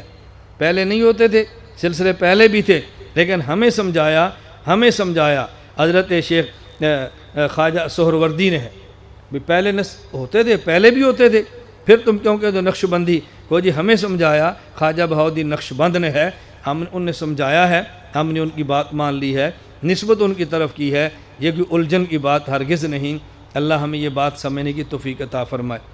یہ میں نے بنیادی بات آپ کی خدمت میں عرض کی ہے، اگلی بات میں بعد میں عرض کروں گا تاکہ آپ کا ذہن بن جائے، حنفی ہونا، چشتی ہونا، یہ نسبتیں یہ شریعت کے خلاف نہیں بلکہ نسبتیں شریعت کے بالکل مطابق ہیں، یہ شریعت کے مخالف نہیں ہیں۔ آپ حضرات کو تعجب ہوگا کہ ہماری مسلک اہل السنت والجماعت احناف دیوبند کی، میرا خیال یہ ہے کہ 500 میں سے نسبتاً 499 مساجد وہ ہوں گی کہ جن پہ مسجد کا عطیہ اور مسجد کا چندہ اور مسجد کے اخراجات برداشت کرنے والے بندے کا نام نہیں ہوگا۔ 500 میں سے 499 مساجد ایسی ہوں گی، ایک ہوگی کہ جس پر اس کا نام ہو جس نے چندہ دیا ہے، یا مسجد کا نام اس بندے کا ہو جس نے چندہ دیا ہے۔ اور جو لوگ ان سلاسل کا انکار کرتے ہیں ان میں 500 میں سے 499 مسجدیں وہ ہوں گی جو ان کے نام پر ہوں گی جن نے چندہ دیا ہے، ان کے نام پر ہوں گی جن نے فنڈ دیا ہے، ان کا نام لکھا ہوگا کہ جن نے پیسے دیے ہیں۔ میں نے کہا عجیب بات یہ ہے کہ جنہوں نے ہمیں ایمان، ہمیں روحانیت، ہمیں شریعت سمجھائی ہے، ہم ان کا نام لکھ لیں تو جرم بن جاتا ہے، اور جو بندہ تمہیں 2 روپے دے دے ان کا نام لکھے تو ان کا حق بن جاتا ہے۔ یہ حق ہے، انہوں نے پیسے دیے ہیں، حق بنتا ہے، پیسے دیے ہیں، اور جن نے ہمیں دین سمجھایا ہے ان کا حق بنتا ہے کہ ہم ان کا نام لینا چھوڑ دیں۔ ہم بتائیں نہیں کہ ہمیں کس نے دین سمجھایا ہے، ہم بتائیں نہیں کہ ہمیں شریعت کس نے سمجھائی ہے۔ یہ ہے نا، اللہ پاک ہمیں سمجھ عطا فرمائے، یہ کس قدر تعجب کی بات ہے۔ میں عرض کرتا ہوں، ایک بات ذہن میں رکھیں، آپ کے علم میں ہوگا، ناموس رسالت کے عنوان پہ جب بھی ہم لوگ باہر آتے ہیں، حرمت رسول کی بات کرتے ہیں، حرمت رسول پہ جان بھی قربان ہے اور ہماری قربان ہے، ہم اس کے لیے حاضر ہیں اگر ہماری جان قبول ہو، جو اللہ کا احسان ہے ہمارے اوپر۔ آپ نے دیکھا ہوگا مسلک اہل السنت والجماعت احناف دیوبند والے جب بھی کوئی پینا فلیکس بنائیں گے، جب بھی کوئی بڑا بورڈ لگائیں گے، اس پہ لکھیں گے حرمت رسول پر جان بھی قربان ہے، وہاں 100 نہیں تو 99% بینرز ایسے ہوں گے کہ جس میں کعبہ کی تصویر بھی ہوگی اور روزہ کی تصویر بھی ہوگی۔ اور یہ لوگ جو ہماری مخالفت کرتے ہیں یہ لکھیں گے حرمت رسول پر جان بھی قربان ہے۔ آپ ان کا بینر دیکھ لیں، نہ کعبہ کی تصویر ہوگی نہ روزے کی تصویر ہوگی، اگر ہوگی تو کھجور کی تصویر ہوگی۔ قربان حرمت رسول پر ہیں اور تصویریں کھجوروں کی ہیں۔ بھئی جب حرمت رسول پر قربان ہیں تو اس رسول اکرم صلی اللہ علیہ وسلم سے نسبت کس بات کی ہے؟ ٹھیک ہے، کھجور سعودیہ ہوتی ہے، ہم مانتے ہیں، لیکن مکہ بھی سعودیہ میں ہے، مدینہ بھی سعودیہ میں ہے، کعبہ بھی سعودی عرب میں ہے، اور روضہ رسول بھی سعودی عرب میں ہے۔ نبی کریم صلی اللہ علیہ وسلم جہاں آرام فرما ہے، میں نے نہیں دیکھا اس کے اوپر کوئی کھجور کا تنا ہو۔ جو میں نے دیکھا ہے وہ رسول پاک صلی اللہ علیہ وسلم کا روضہ مبارکہ ہے، تو جس کے اندر تشریف فرما ہے تم اس کی تصویر دو، دائیں بائیں کی کھجوروں کی دیتے ہو۔ میں نے کہا اس کا مطلب یہ ہے ہمارا تعلق اس سبز گنبد سے ہے، تمہارا تعلق کھجور سے۔ کھجور ایک مادی چیز ہے اور روضہ رسول سے تعلق ایک روحانی چیز ہے۔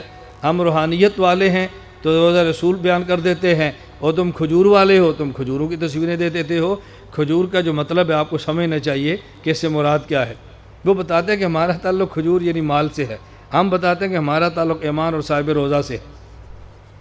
جہاد کے نام پہ فنڈز لیے جا رہے ہیں، جہاد کے نام پہ چندہ لیا جا رہا ہے، جہاد کے نام پہ لڑکوں کو غیر مقلد کیا جا رہا ہے، جہاد کے نام پہ تکفیری مشینیں تیار کی جا رہی ہیں، اور جہاد کے نام پہ جگہ جگہ مساجد بنا کے امت پہ کفر کی مشینیں لگائی جا رہی ہیں، اور اوپر عنوان ہوتا ہے واعتصموا بحبل اللہ جمیعا ولا تفرقوا۔ یہاں قریب ایک گاؤں ہے، میں وہاں جنازے کے لیے گیا، دیوبند کی مسجد بھی ہے، بریلویوں کی مسجد بھی ہے، ایک مسجد اور بنی، 2 لڑکے تھے، میں نے کہا اور کیوں بنائی ہے؟ اگر امت کو اکٹھا کرنا ہے تو کسی ایک میں نماز پڑھ جاتے، تم نے ایک اور جو مسجد کھڑی کی ہے اس سے امت جدا ہوگی یا اکٹھی ہوگی؟ اب بات اسے مکمان ہے کہ سارے تمہارے پیچھے آ جائے، باقی مسجدیں چھوڑ دیں۔ میں یہ کہہ رہا ہوں اللہ کے لیے آپ سمجھا کرو، اور بڑی جلدی جذباتیت کا شکار نہ ہوا کرو۔ میں آپ کی خدمت میں ضرور عرض کرتا ہوں، آپ جہاد کو اچھی طرح سمجھو، کون جہاد کرتا ہے کون نہیں کرتا۔ اس لیے اس وقت بات چل پڑی ہے، میں عرض کر دیتا ہوں، اللہ کے لیے اس بات کو سمجھو۔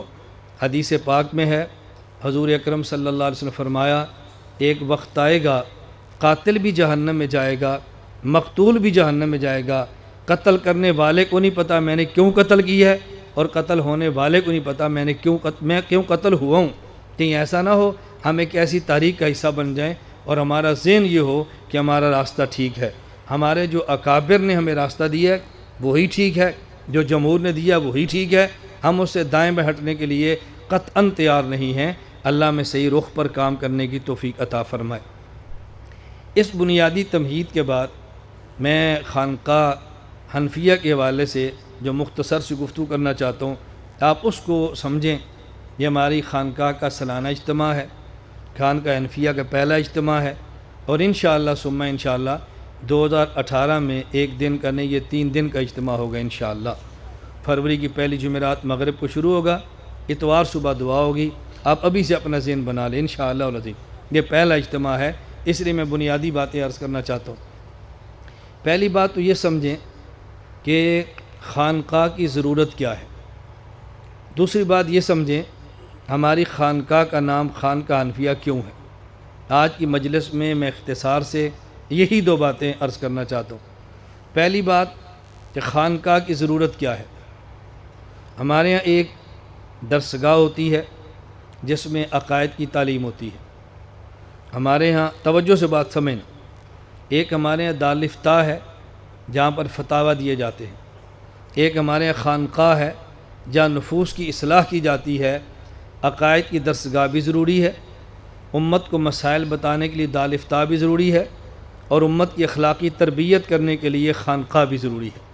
اللہ کا اس پہ جتنا شکر ادا کرے کم ہے۔ مرکز اہل سنت والجماعت میں عقائد کی درسگاہ بھی ہے، اور یہاں دارالفتاح بھی ہے، اور یہاں اللہ کے کرم سے خانقاہ بھی ہے۔ یہ تینوں کام بیک وقت یہاں پہ ہوتے ہیں۔ اللہ اس کو قبول فرما لے، ماکرین سے مکر سے بچائے، حاسدین کے حسد سے بچائے، ناظرین کی نظر بد سے بچائے، اور اللہ رب العزت ساحرین کے سحر اور جادو سے بچائے، اور اللہ شرور سے محفوظ رکھے، اور اللہ خیر کو پوری دنیا میں عام فرما دے۔ یہ تو خانقاہ کی بنیادی ضرورت ہے کہ ہم اپنی اصلاح کریں، اور اپنی اصلاح کرنا یہ کتنا ضروری ہے، اس کے لیے جو میں نے قرآن کریم کی آیات تلاوت کی ہیں، آپ ان کا ترجمہ اور مختصر سی شرح سمجھ لیں۔ اللہ رب العزت نے اس مسئلہ کو سمجھانے کے لیے جتنی قسمیں اٹھائی ہیں، قرآن کریم میں کوئی اور مسئلہ سمجھانے کے لیے اتنی قسمیں نہیں اٹھائیں۔ آپ ذرا گنتے رہنا کتنی قسمیں بنتی ہیں۔ والشمس وضحاہا، وضحاہا کو ملا کر ایک بنا لیں۔ والشمس وضحاہا، والقمر اذا تلاہا، والنہار اذا جلاہا، واللیل اذا یغشاہا، والسماء وما بناہا، والارض وما طحاہا، ونفس وما سواہا۔ یوں بنائیں تو 7 قسمیں بنتی ہیں، اور اگر ان کو تھوڑا سا کھول لیں تو پھر گنیں۔ والشمس وضحاہا، والقمر اذا تلاہا، والنہار اذا جلاہا، واللیل اذا یغشاہا، والسماء وما بناہا، والارض وما طحاہا، ونفس وما سواہا۔ اب 11 بن گئے۔ ان 2 کو ایک کریں، میں تفصیل میں نہیں جا رہا، اس کو علماء اچھی طرح سمجھتے ہیں۔ 2 اٹھائیں پھر کیا مطلب، ایک قسم اٹھائیں پھر کیا ہے۔ اللہ نے قسمیں کیسی اٹھائیں میں تفصیل کے ساتھ کرتا ہوں تو 11 قسمیں بنے گی۔ نمبر 1 والشمس، فرمایا قسم ہے سورج کی، وضحاہا، اور جب اچھی طرح سورج نکل جائے، اچھی طرح آ جائے، 2 قسمیں۔ والشمس وضحاہا، والقمر اذا تلاہا، اور قسم ہے سورج کی، چاند کی، کب؟ جب یہ چاند اس سورج کے اوپر چھا جائے۔ اس سے مراد ہے یہ 15ویں کا، جسے ہم کہتے ہیں بدر، 15ویں کا۔ والقمر اذا تلاہا، والنہار اذا جلاہا، اور پھر قسم ہے مستقل دن کی، جب یہ اچھی طرح پھیل جائے۔ واللیل اذا یغشاہا، اور قسم ہے رات کی، جب رات اس دن کو چھپا لے۔ واللیل اذا یغشاہا، آگے والسماء وما بناہا، قسم ہے آسمان کی، وما بناہا اور اس ذات کی جس نے اس کو بنایا ہے، والسماء وما بناہا والارض وما طحاہا، قسم ہے زمین کی اور اس ذات کی جس نے اس کو پھیلایا ہے، ونفس وما سواہا، قسم ہے انسان کی اور اس ذات کی جس نے انسان کو اچھی طرح بنایا ہے۔ یہ حکیم الامت تھانوی رحمہ اللہ کے بیان قرآن کی ترتیب پر میں نے یہ ترجمہ کیا۔ 11 قسمیں اللہ نے اٹھائیں، 11 قسمیں، اور 11 قسم اٹھا کر مسئلہ کیا سمجھایا؟ فَأَلْهَمَهَا فُجُورَهَا وَتَقْوَاهَا۔ میں اللہ 11واں قسم اٹھا کر کہہ رہا ہوں، ہر انسان میں ہم نے گناہ کرنے کا مادہ بھی رکھا ہے اور ہر انسان میں ہم نے نیکی کرنے کا مادہ بھی رکھا ہے۔ گناہ کا جذبہ بھی ہے، نیکی کا جذبہ بھی ہے، گناہ کا مادہ بھی ہے اور نیکی کا مادہ بھی ہے، ہم نے دونوں چیزیں رکھی ہیں۔ آگے فرمایا قد افلح من زکاہا وقد خاب من دساہا، کامیاب وہ شخص ہے جس نے اپنے نفس کو سنبھال لیا، اور بدبخت وہ انسان ہے کہ جس نے اپنے نفس کو سنبھالا نہیں ہے، اس نے اپنے نفس کو تباہ و برباد کر دیا۔ اللہ نے 11 قسمیں اٹھا کر یہ بات سمجھائی ہے، تمہارے اندر گناہ، تمہارے اندر نیکی، یہ دونوں مادے موجود ہیں۔ اگر کامیاب ہونا چاہتے ہو تو گناہ پر کنٹرول کرو، اور اگر کامیاب ہونا چاہتے ہو تقوی اختیار کرو، اور جو وہ شخص ناکام ہوگا جو نفس کا غلام بنے اور اپنے ان مزاج کو نہ سنبھالے، اپنے نفس پر کنٹرول نہ کرے، انسانیت کو برباد کر ڈالے۔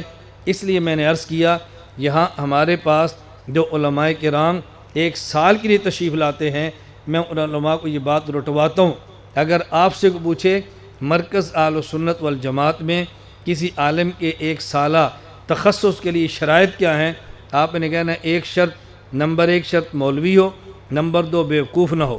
اگر کوئی تم سے پوچھے مرکز اہل سنت والجماعت میں تخصص فی التحقیق والدعوہ اس کا نصاب کیا ہے، تو آپ نے کہنا آدمیت اور انسان، یہ پڑھاتے کم ہیں بناتے زیادہ ہیں۔ ہم چاہتے ہیں انسان بن جائے، تو اللہ نے 11 قسمیں اٹھا کر یہ بات سمجھائی ہے۔ اب اگر میں 1 قسم اٹھا لوں، 2 اٹھا لوں، میرے اٹھانے سے کیا بنے گا؟ حق جل مجدہ نے 11 قسمیں اٹھائی ہیں۔ کامیابی چاہتے ہو اپنے آپ کو بنا لو، اگر نہیں بناؤ گے تم تباہ و برباد ہو جاؤ گے۔ پھر آگے مثال بھی دی ہے، حضرت شعیب علیہ السلام کی قوم، حضرت آگے صالح علیہ السلام مثال بھی دی ہے، ان کی اونٹنی کا ذکر کیا، موزے کا ذکر کیا، نہ ماننے کا ذکر کیا، بربادی کا ذکر کیا۔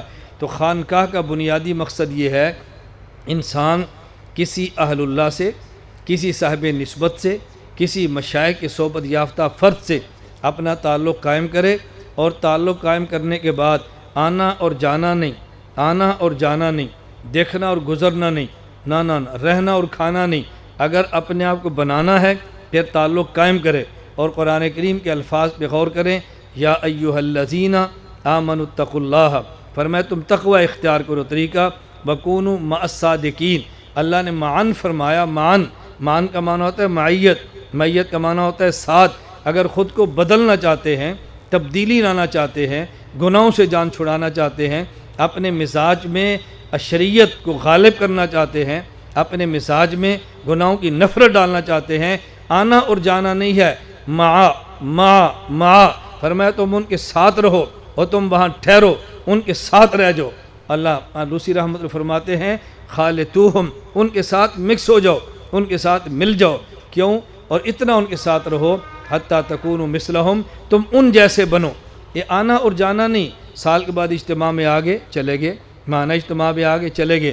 میں اللہ کی قسم اٹھا کر کہتا ہوں، اگر زندگی بدلنی ہے، میں اپنی بات نہیں کرتا، کسی بھی شیخ طریقت کے ساتھ بیعت کریں، اس کی صحبت میں کم از کم بیعت کرنے کے بعد 40 دن رات اس کی منشا کے مطابق اس کی خانقاہ میں ڈیرا لگا کے پڑے رہیں، زندگی بدلنی شروع ہو جائے گی، مزاج تبدیل ہونا شروع ہو جائے گا۔ ہم آتے ہیں چلے جاتے ہیں، کھانا کھایا چلے گئے، ذکر کیا چلے گئے، احوال بتانے بھی نہیں، رابطہ رکھنا بھی نہیں، اور پھر جرم بھی شیخ کا ہوتا ہے، مجھے اتنے سال ہو گئے میں بدلا نہیں ہوں، اتنے سال ہو گئے میں تبدیل نہیں ہوا۔ آپ کو یاد ہوگا میں نے عرض کیا تھا، لوگ مجھے مناظر کہتے ہیں جبکہ میں نے مناظرے کا کورس نہیں کیا، لوگ مجھے مناظر کہتے ہیں جبکہ میں مناظرے نہیں کرتا، لیکن خانقاہ میں اپنے شیخ عارف باللہ حضرت اقدس مولانا شاہ کی محمد اختر نور اللہ مرقدہ کی مجلس میں 40 دن میں نے خانقاہ حضرت کے یہاں ٹھہرا، اور میں یہ واللہ بات کہہ رہا ہوں، جب حضرت کے پاس میں گیا تو 3 دن کے لیے گیا۔ میں نے کہا حضرت میں 3 دن کے لیے آیا ہوں، 3 دن پورے ہو گئے، میں نے کہا مجھے اجازت ہے، فرمایا نے یہیں ٹھہرو، میں وہیں رک گیا۔ میں یہ قسم اٹھا کر کہہ رہا ہوں 40 دن کے بعد بھی اگر شیخ مجھے نہ بھیجتے تو میں خانقاہ سے نہ نکلتا۔ 40 دن کے بعد فرمایا اب تم جا سکتے ہو۔ 40 دن کے بعد میں وہاں خانقاہ سے نکلوں، اس کو کوئی بندہ نہیں سمجھتا۔ عام بندہ یہی سمجھتا ہے کہ مولانا رد فرقے باطلہ پہ کام کرتے ہیں، یہ کوئی نہیں سمجھتا خانقاہوں سے تعلق ہمارا کتنا ہے، میں شاہ کی صحبت کتنی اٹھائی ہے۔ میں نے اس لیے عرض کیا، اللہ نے 11 قسمیں اٹھا کر فرمایا اگر تم نے کامیاب ہونا ہے نفس پہ کنٹرول کرو، گناہوں کو چھوڑو، اپنی تربیت کرو اور خود کو بدلو، اور اگر بدلنا ہے اس کے 2 ہی طریقے ہیں، تیسرا طریقہ میرے علم میں نہیں ہے، جہاں تک میں نے اپنے اکابر کو پڑھا ہے، مشائخ کو پڑھا ہے، ہمیں 2 ہی طریقے ملے ہیں۔ نمبر 1 صحبت اہل اللہ، نمبر 2 کثرت ذکر اللہ۔ ان 2 چیزوں کا اہتمام کرو، اور صحبت اہل اللہ کا معنی ہرگز یہ نہیں ہے بیعت کیا اور چلا گیا، بیعت کیا اور چلا گیا۔ خانقاہ میں آؤ، شیخ کی مجلس میں ٹھہرو، معمولات کو چھوڑو، اپنے شیخ کے مزاج کو سمجھو، شیخ کا اٹھنا بیٹھنا دیکھو، شیخ کے ساتھ تعلق کو مضبوط کرو، اپنے آپ کو شیخ پر فنا کرنے کی کوشش کرو۔ آپ کو اندازہ ہوگا کہ پھر انسان کے اندر تبدیلیاں کیسے آتی ہیں، انسان بدلتا کیسے ہے، انسان کے مزاج میں کیسے تبدیلی آتی ہیں۔ تو خانقاہ کا بنیادی مقصد یہ ہے آدمی اپنے آپ کو بدلے، اپنے اندر تبدیلی لائے، اور کم از کم 40 دن کا ماحول تسلسل کے ساتھ ایسے رہے کہ گناہوں سے الگ، ٹی وی سے الگ، موبائل کی ضروری بات گھر کی جو سنیں اس کو آف کر دے، اخبارات کو چھوڑ دے، 40 دن تلاوت کرے، شیخ کی ہدایات کے مطابق ذکر کرے۔ آپ اپنے قلب کے اندر بدلتی ہوئی آپ تبدیلی محسوس نہ فرمانا تو مجھے آپ جھٹلا دینا کہ تو غلط کہتا ہے۔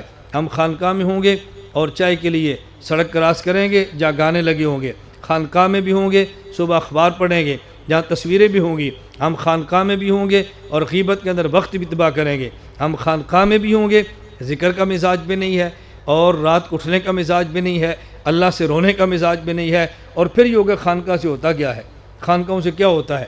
بھئی یہ تب ہوگا جب آپ شیخ کی مجلس میں ٹھہرو، اپنا وقت گزارو۔ میں آپ کی خدمت میں عرض کرتا ہوں کہ جن حضرات کا مجھ سے تعلق ہے وہ کم از کم وقت نکال کے 40 دن خانقاہ کے اندر ضرور گزاریں، 40 دن خانقاہ کی طرح وقت گزاریں، پھر آپ دیکھیں زندگی میں تبدیلی کیسے آتی ہے۔ اللہ نے قسم اٹھائی ہے، میں اس کی اہمیت مزید کیسے بتاؤں؟ میں یہ نہیں کہتا انسان گناہ نہیں کرتا، میں نہیں کہتا گناہ نہیں ہوتا، گناہ کرتا ہے، گناہ ہو جاتا ہے، لیکن شیخ کی صحبت کی برکت سے آدمی کو فوراً گناہ کی توبہ کی توفیق مل جاتی ہے۔ ہمارے حضرت رحمۃ اللہ علیہ بہت عجیب مثال دیتے، حضرت فرماتے ہیں کبھی تم نے کمپاس کو دیکھا ہے؟ اس میں تم نے ایک سوئی دیکھی ہے، اس سوئی کے کونے پر وہ تم نے مسالہ سے دیکھا ہوگا، حضرت فرماتے اس کا کام کیا ہے؟ اس لیے قطب شمالی میں مقناطیس موجود ہے، کمپاس میں سوئی ہے اور اس کے کونے پر ایک مسالہ سے لگاتے ہیں، حضرت فرماتے اس کا تعلق چونکہ قطب شمالی سے جڑا ہوتا ہے، جڑا جو ہی اس کا رخ تھوڑا سا ٹیڑھا ہو وہ سوئی حرکت میں آتی ہے، جب تک رخ سیدھا نہ ہو تب تک وہ سوئی اپنی حرکت کو چھوڑتی نہیں ہے۔ اگر آدمی شیخ کی صحبت میں وقت گزارے اور شیخ کے قلب کے ساتھ تعلق مضبوط ہو، ایسا تعلق معلّہ بندے کو ملتا ہے کہ جو ہی نفس شرارت کر کے دائیں بائیں جائے تو قلب میں اتنی شدید حرکت پیدا ہوتی ہے کہ جب تک اس کا رخ سیدھا نہ کریں قلب کو چین نہیں آتا، قلب تڑپتا ہے، بندے کا تڑپتا ہے۔ اور میں آپ کو یہ بات کیسے سمجھاؤں؟ میں گناہوں کی بات نہیں کرتا، فرائض واجبات کی بات نہیں کرتا۔ آدمی کو شیخ کی صحبت میں رہ کے تہجد کی عادت پڑ جائے تو رات آدمی تہجد نہ پڑھے، انسان کو پورا دن سکون نہیں آتا، طبیعت بے چین ہو جاتی ہے۔ ذکر کی عادت پڑ جائے، ذکر نہ پڑھے، طبیعت بے چین ہو جاتی ہے۔ قرآن کریم کی لذت آدمی کو آتی ہے، لیکن لذت تب آئے گی جب انسان گناہ تو چھوڑے نا۔ عبادات میں خدا نے لذت رکھی ہے لیکن گناہ تو چھوڑے۔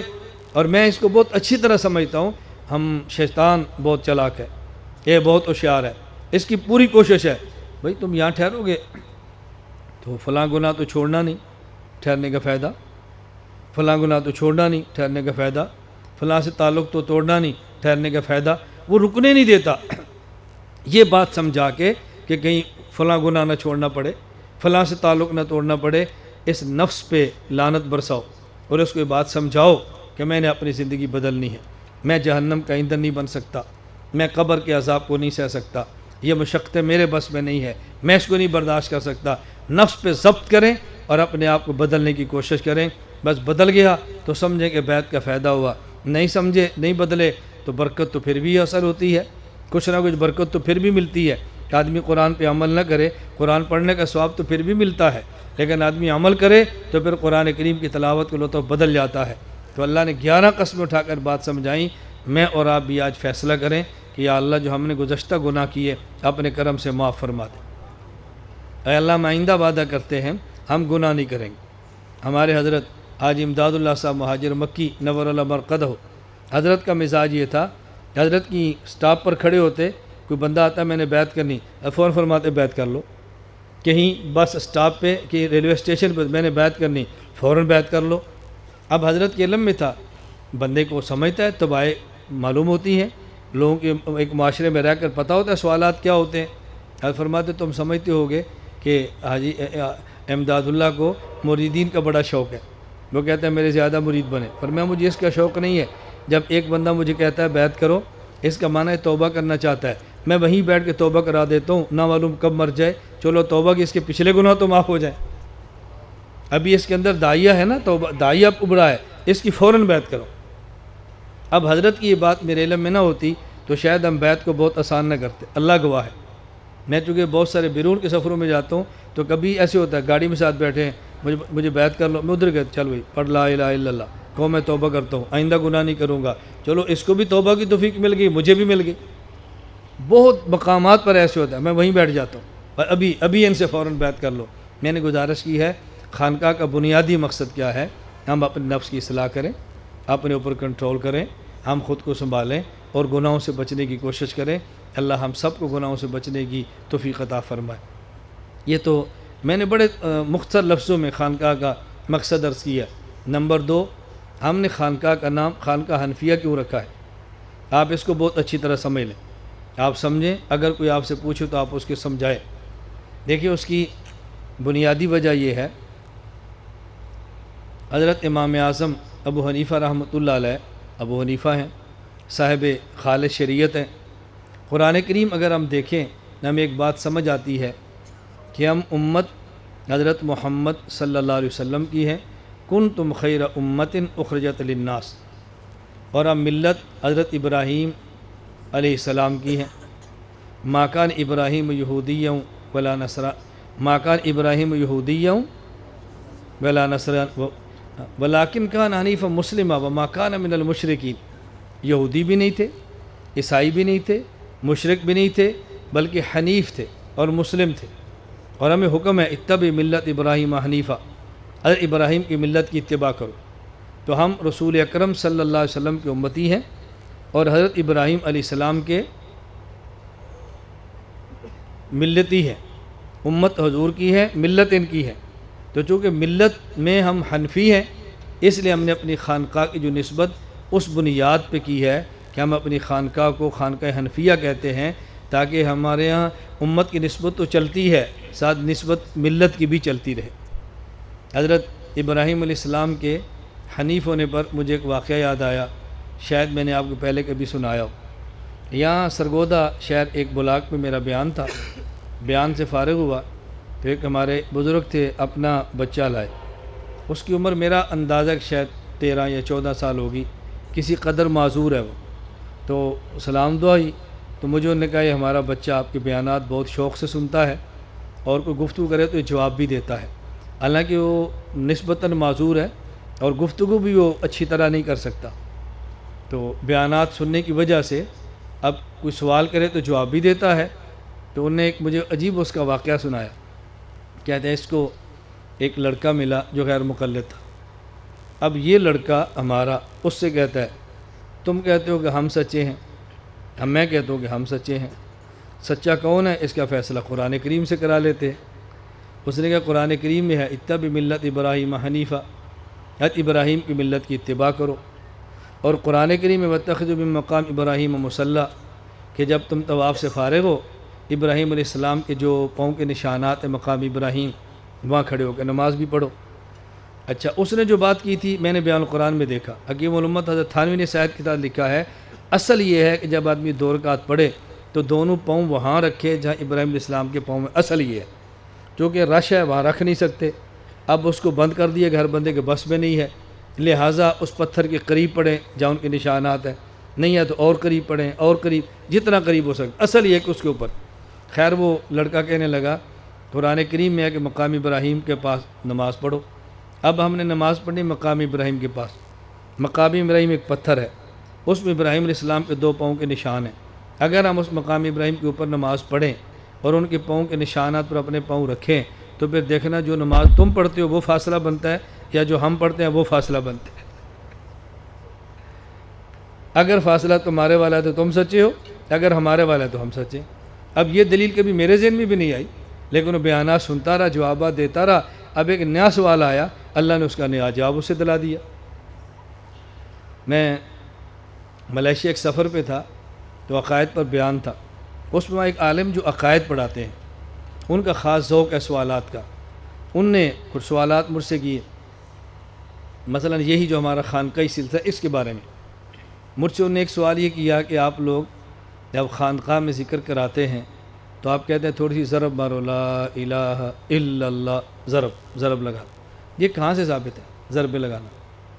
میں نے ان سے کہا کہ دیکھیں یہ تو حدیث پاک میں ہے کہ انسان کے جسم میں ایک ٹکڑا ہے، وہ ٹھیک ہو جائے تو پورا جسم ٹھیک ہے، وہ فاسد ہو جائے پورا جسم خراب ہو جاتا ہے۔ آپ صلی اللہ علیہ وسلم ارشاد فرمائے الا وہی القلب، وہ دل ہے۔ میں نے کیسے معلوم ہوتا ہے کہ جسم بھی خراب ہوتا ہے دل بھی خراب ہوتا ہے؟ جسم خراب ہو تو اس کو ضرب مارتے ہیں، چھانٹا مار دیا، کوڑے مار دیے، تھپڑ مار دیا، ڈانٹ دیا، اور جب دل خراب ہو تو اس کو کیا ماریں؟ تو ہمارے مشائخ نے فرمایا کہ اس کو چھانٹا مارے تو مر جائے گا، کوڑا مارے بندہ قتل ہو جائے گا، اب اس کو ڈانٹنا ہی ہے نا، اب دل کو ڈانٹے کیسے؟ تو دل کی ڈانٹ یہ ہے اللہ اللہ اللہ، دل کو ڈانٹ پڑتی ہے، دل ٹھیک ہو جاتا ہے، متوجہ ہو جاتا ہے۔ پھر مجھے جب میں اس نے سوال کیا تو مجھے کہنے لگا یہ جو آپ نے بتایا رسول اکرم صلی اللہ علیہ وسلم صحابہ کرام کو نہیں بتاتے تھے کہ تم اللہ ایسے کہو، الا اللہ ایسے کہو، آپ نہیں سناتے تھے، اور آپ کہتے ہیں مریدین کو ایسے اللہ کو۔ اگر یہ طرز ٹھیک ہوتا تو رسول اکرم صلی اللہ علیہ وسلم اپنے صحابہ شاگردوں کو بتاتے۔ میں نے کہا جب ہم بچے کو قرآن کریم پڑھاتے ہیں تو ہم بچے سے کہتے ہیں کہ ہا یہاں سے نکلتی ہے، عین یہ یہاں سے نکلتی ہے۔ رسول اکرم صلی اللہ علیہ وسلم صحابہ کرام کو قرآن پڑھاتے تھے، آپ نے کبھی صحابہ کرام سے فرمایا ہو ہا یہاں سے نکلتی ہے، عین یہاں سے نکلتی ہے، ضاد یہاں سے نکلتا ہے؟ کہتے ہیں صحابہ کرام کو تو یہ پڑھانے کی ضرورت نہیں تھی، چونکہ وہ خود دیکھتے تھے کہ رسول اکرم صلی اللہ علیہ وسلم کہاں سے نکالتے ہیں۔ میں نے کہا ان کو بتانے کی ضرورت نہیں تھی، اللہ کیسے کہنا ہے، وہ دیکھتے تھے کہ رسول اکرم صلی اللہ علیہ وسلم اللہ کیسے فرماتے ہیں۔ اب جو بات میں سنانا چاہتا ہوں یہ تمہید ہے۔ سوال کیا تھا؟ مجھے کہنے لگا جو آپ جوابات دیتے ہیں کیا یہ جوابات کسی کتاب کے اندر موجود ہیں؟ میں نے کہا جو سوالات آپ نے فرمائے ہیں کیا یہ سوالات کسی کتاب میں موجود ہیں؟ مجھے کہتا ہے نہیں۔ میں نے کہا جب سوال نیا ہے تو پھر جواب نیا ہوگا، سوال پرانا ہوگا تو اس کا جواب بھی پرانا ہوگا۔ جب سوالات نئے نئے پیدا ہوتے ہیں فتنوں کی صورت میں، اللہ جوابات بھی نئے نئے عطا فرماتے ہیں فتنوں کے جواب کے لیے۔ اب دیکھو بچہ سنتا تھا تو جب نیا سوال آیا تو اس نے نیا جواب بھی دے دیا۔ ایسا ہوتا ہے، اللہ کریم عطا فرما دیتے ہیں۔ ہم چاہتے ہیں اللہ یہ آپ کو بھی ملکہ عطا فرمائے، اللہ آپ کے اوپر مسلک اور عقیدہ کھول دے، اللہ ان علوم کو آپ کے اوپر بارش کی طرح برسائے اور آپ کے قلب کو اللہ سے منور فرما دے تاکہ حق کے معاملے میں آپ کا شر صدر ہو جائے، کہ آپ خود بھی مسلک پر قائم رہو اور دوسروں کو بھی اپنے مسلک پر قائم رکھنے کی کوشش کرو۔ خانقاہ حنفیہ کا نام حنفیہ رکھنے کی ایک وجہ آپ کو سمجھ آ گئی؟ خانقاہ حنفیہ کا دوسری وجہ حنفیہ نام رکھنے کی، مجھے بحمد اللہ تعالی 5 مشائخ سے خلافت اور اجازت ہے۔ آپ کے علم میں ہے حضرت عارف باللہ حضرت اقدس شاہ کی محمد اختر رحمۃ اللہ علیہ، شیخ المشائخ حضرت اقدس مولانا عبدالحفیظ مکی صاحب نور اللہ مرقدہ، قطب الاقطاب حضرت سید محمد امین شاہ صاحب رحمۃ اللہ علیہ، اور حضرت اقدس حضرت مولانا عزیز الرحمان ہزاروی صاحب دامت برکاتہ، اور ایک ہمارے ڈی خان کے شیخ حضرت مولانا قاضی مہربان صاحب جو رائے ونڈ والے فوت ہو چکے ہیں، حضرت مفتی جمیل صاحب ان کے خلیفہ ہیں۔ اب میں 5 سے مجھے اجازت ہے، تو میں یہ بار بار سوچتا تھا کہ کئی حضرات سے مجھے خلافت مل گئی ہے، پہلے ایک سے تھی، اب میں اپنی خانقاہ کی نسبت کس شیخ کی طرف کروں؟ اس کے لیے پھر بار بار دل میں داعیہ بھی ہوا، پھر ہم نے اپنے اراکین شورا اور اپنے بعض خلفاء سے مشورہ بھی کیا، تو پھر یہ طے کیا کہ ہم خاص شخص کی طرف نسبت کرنے کی بجائے ایک اخص الخاص ایسے شخص کی طرف کر دیں کہ جس کے سارے مقلدین بلا تنازع انہی کو مانتے ہیں۔ اس لیے ہم نے طے کیا کہ ہم نے اپنی نسبت خانقاہ کی خانقاہ حنفیہ کے نام پہ حضرت امام اعظم ابو حنیفہ نعمان بن ثابت نور اللہ مرقدہ کی طرف کر دی۔ اب انشاءاللہ خانقاہ حنفیہ کے نام سے سلسلہ چلے گا۔ بعض جگہیں ایسی ہیں کہ جہاں کچھ دقت ہے، مثلا ملائیشیا میں ہماری خانقاہ ہے، ہمارے وہاں کے مولانا طاہر صاحب تشریف لے آئے ہیں، اب وہاں ہم نے خانقاہ کا نام خانقاہ چشتیہ رکھا ہے۔ کیوں؟ ہم حنفی ہیں، وہ شافعی ہیں، وہ ہمارے بھائی ہیں، ہم ان کے بھائی ہیں، چچا زاد ہیں آپس میں، وہ ہمارے چچا کے بیٹے ہیں، ہم ان کے تائی کے بیٹے ہیں۔ اب وہاں خانقاہ حنفیہ رکھ کے ان پر مسلط کرنا اپنی رائے کو، یہ مناسب نہیں، اس لیے ہم نے وہاں خانقاہ کا نام خانقاہ چشتیہ رکھ دیا ہے۔ اس طرح کا اگر کوئی ایسا عذر ہو تو خانقاہ کے نام کو بدلا جا سکتا ہے، ویسے یہ نام چلیں گے اور خانقاہ حنفیہ کے نام سے چلیں گے۔ اللہ ہم سب کو اپنی اصلاح کی توفیق عطا فرمائے۔ لا الہ الا